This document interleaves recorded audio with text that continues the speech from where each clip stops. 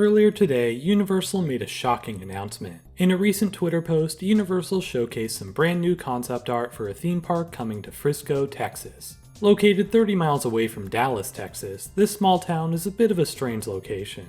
Regardless, this new resort will be a little different from Universal's previous offerings. So let's not waste any more time and get right into the analysis. First off, while this is official news from Universal, be aware that this is still in the conceptual phase. It does seem pretty far in development, and it's possible Universal has already bought the land that will hold this park, but regardless, anything seen here could change. As for what's seen here, as I said, it's unlike anything Universal has built before. This new park will be aimed at a younger audience, with not a whole lot going on for adult guests to enjoy. Nowhere is this more clear than the concept art itself, which seems to show a slew of new attractions based on popular Dreamworks franchises. From the entrance alone, there seems to be a huge Dreamworks logo spanning across the front gate. Surrounding that icon is a 300-room on-site hotel, which looks to be really nice. As a huge fan of the on-site hotel concept, I'm glad to see Universal embrace it more as of recent. As for the front gate, it kind of reminds me of the old California Adventure entrance, for better or for worse.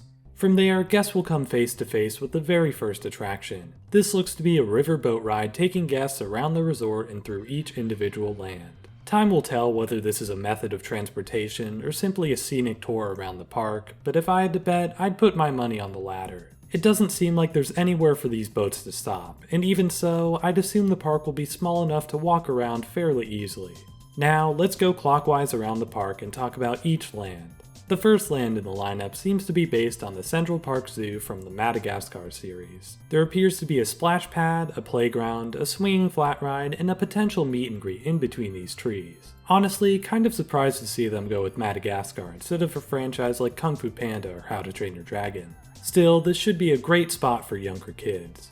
Next up, the area on the top left looks to be based on the Jurassic Park animated show Camp Cretaceous. The most obvious reason why is the iconic gate welcoming guests into the land. There's also plenty of Jurassic Park inspired architecture. There seems to be a few flat rides scattered about, but otherwise it's a bit hard to discern. I'm most curious about this slide structure near the back here. I'm not sure what it is, if it's even supposed to be anything, but it'll be interesting to find out. Be sure to leave a comment if you have any ideas. Following that, the next land in the park looks to be based on Shrek. Shrek's Swamp is the most prominent location here, which leads into a large building that will probably host a meet and greet. Perhaps this could also mean the return of Shrek 4D, but I'm a bit doubtful about that to be honest. Further back in the land is far, far away, and I'll admit I'm a bit clueless on what this will offer. Maybe some more meet and greets or a restaurant or shops, who knows. Finally, the land on the bottom right of this park appears to be based on the Trolls franchise. Like the other lands in the park, this seems to have a few basic flat rides scattered throughout, along with a massive indoor area prime for meet and greets. The only thing I'm unsure about here is this circle of small buildings. Again, if you have any ideas, be sure to leave them below. As a whole, this park certainly doesn't appeal to me. However, that doesn't mean I think it was a bad call. Sure, a more conventional Universal theme park would be perfect in Texas, and it's a little disappointing to see them skip out on that. However, for young kids and parents of them, I think this would be a perfect place to visit. There's a lot to do for younger guests, and a ton of popular franchises represented here. I'm a little unsure if this warrants a 2-day trip, like Universal seems to suggest, but it still looks like a fun time.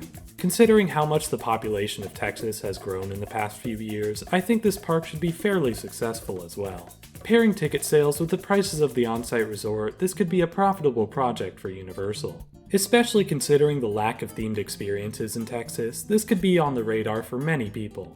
Again, perhaps a more complete park would have worked better, but as it stands, this is a nice little addition.